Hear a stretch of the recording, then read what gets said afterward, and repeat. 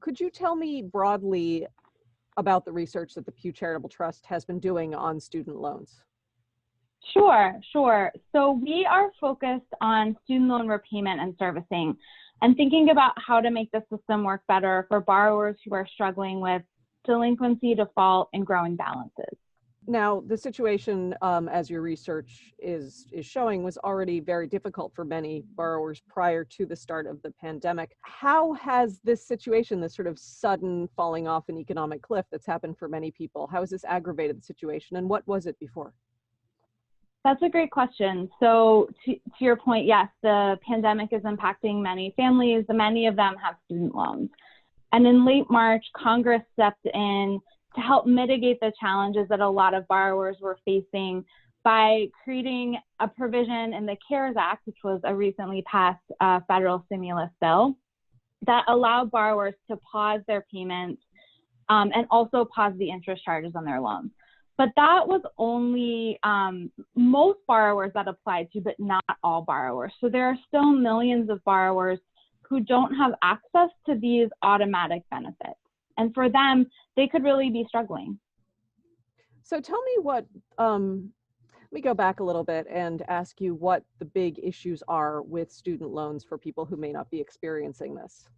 That's a great question. We talked to more than 150 borrowers across 8 cities, including 2 focus groups in Portland, Maine.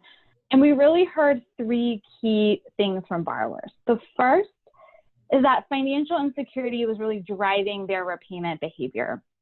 So the challenges that a lot of people were facing were the result of unexpected expenses and budgets that were already stretched to the breaking point. And as you can imagine, as you know, this is exponentially more so the case for borrowers today. The second is that borrowers really consistently face problems enrolling in income-driven repayment plans. And these are plans that tie payment amounts to income and family size and often provide a more affordable payment for people when they're going through periods of financial stress. So for example, for many people, if you don't make any money, your payment is $0. And third, borrowers really facing trouble when they were going through transition points. So anytime they were changing status, enrolling and entering repayment, getting in and out of repayment plans, and pausing payments. And these insights from borrowers are really important because what they're telling us is that the tools that are available to help borrowers navigate repayment and manage financial stress aren't working as intended. And people are experiencing a lot of financial stress and will continue to do so. Why do people have these kinds of problems enrolling in these programs and at these transition points? Why is that such an issue?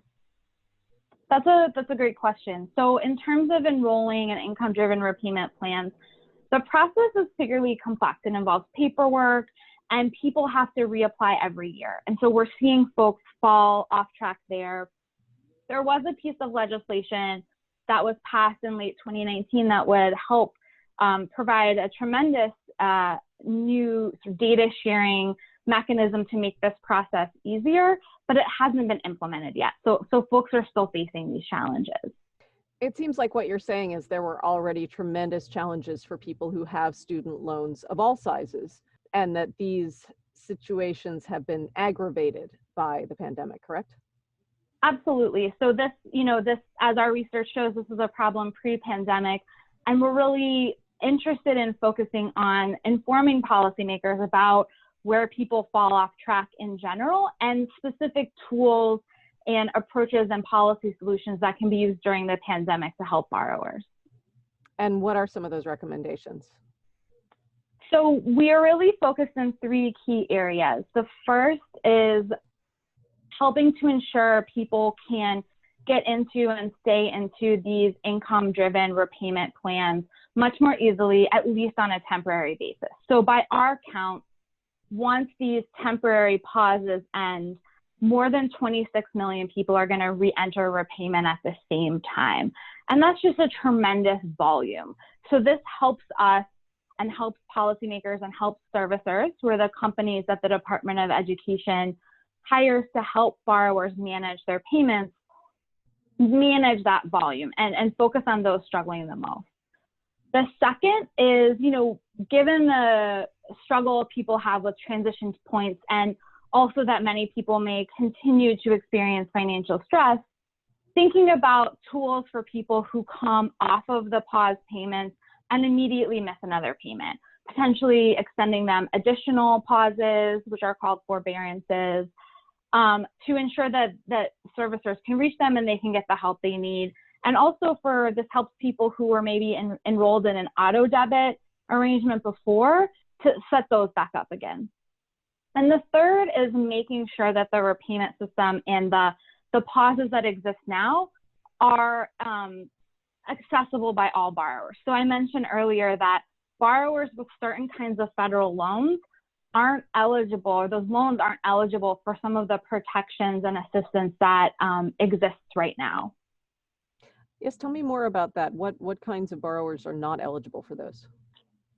Sure. So the CARES Act, which I mentioned earlier, which was one of the coronavirus stimulus packages passed by Congress, provides protections such as pause payments and interest periods for most borrowers, but only those borrowers whose loans are owned and held by the Department of Education. Mm-hmm. And so that includes all borrowers with direct loans, but only some borrowers with loans that in discontinued lending programs. So borrowers still have these loans, but no new loans are being made. And that are millions of people. Primarily, there's a couple categories, but one of the bigger ones is borrowers with commercially held FFEL loans. So FFEL loans are these older loans. And that means that their loans are owned or held by private banks and lenders, but insured against default by the department. So it's a little bit complex, but the bottom line is that these are all federal loans and federal borrowers. These borrowers could have multiple types of loans. So it creates an additional level of complexity and confusion when people are really trying to figure out which loans do these protections and benefits apply to, which loans don't they? And people have so much else going on right now that this added level of complexity to a system that already is desperately in need of streamlining just is not ideal. When you did focus groups, and you said specifically that you did 2 in Maine, what sorts of things did people say about their student loans? People really overwhelmingly wanted to be making payments on their loans. And when they couldn't, it was because they had all of these other financial obligations. So that was one. Another is that many folks struggled early in repayment. So right when they entered, there was a lot of confusion. Again, going back to the points of transition being confusing and complex. And then a third one that I think is really important is that borrowers experienced or took advantage of shorter term programs. So deferments and forbearances, which provide access to shorter term pauses, and often enrolled in these when they faced financial stress because the longer term options, income driven repayment plans, which I talked about all the problems with a few minutes ago, were harder to enroll in and more complex. And so when people really needed to laser focus on what was happening in front of them, these longer term, often potentially more beneficial programs were just not what they chose because of the complexity. It seems like there are complexities and issues with what's going on now in terms of the forbearance that's being extended to student loan borrowers right now. But when this is done, when these financial programs that are supposed to make people's lives a little easier during COVID-19, when those are over, what do you think needs to happen? We're really hoping and advocating that some of the lessons that are learned during the pandemic and, from the research we've done before the pandemic can help contribute and lead to longer term structural change. So how do we make the repayment system more flexible, more accessible to those struggling most with delinquency and default? Who are those borrowers? How do we identify them? And how do we just make the entire system more user-friendly? How is Maine doing? How are we doing at repaying our loans? How many borrowers do we have? How much money do they borrow? And so forth. That is a great question, and I am glad you asked it. So Maine has just shy of 200,000 student loan borrowers. The United States of federal borrowers of federal loans. The United States has about 43 million. The average balance per borrower in Maine is just shy of $32,000, and for the United States, that's about $35,000. So Maine, the typical or average borrower in Maine has slightly less debt than in the United States, but so that could be a good thing. But we do see that about 13% of Maine borrowers are more than 90 days past due on their payments. And what does that mean generally? 90 days is an important marker because it's when delinquencies are reported to the credit bureau. Sarah Sattelmeyer is the director of the Pew Project on Student Borrower Success. Sarah, thank you so much for talking with me. Thanks for having me.